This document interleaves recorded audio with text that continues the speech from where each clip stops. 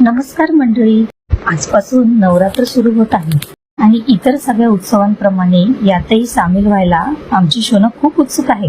यावर्षी आम्ही नवरात्रीचे 9 रंग साजरे करण्यासोबतच शोनासाठी एक नवीन ऍक्टिव्हिटी घेऊन आलो आहोत. 9 देवींच्या 9 स्वभावाचे प्रतीक असणारी झाडं आम्ही शोनाच्या हातून लावणार आहोत. तर आज आहे दिवस पहिला, नवरात्रीची पहिली माळ. आजची देवी आहे माता शैलपुत्री आणि रंग आहे पांढरा.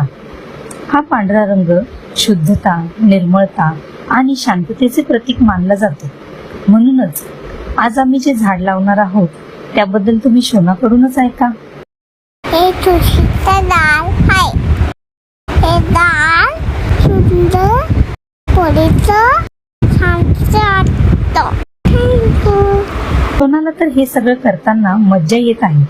तुम्ही पण आमच्यासोबत नक्की सामील व्हा पुढच्या 9 दिवसांसाठी. थँक्यू.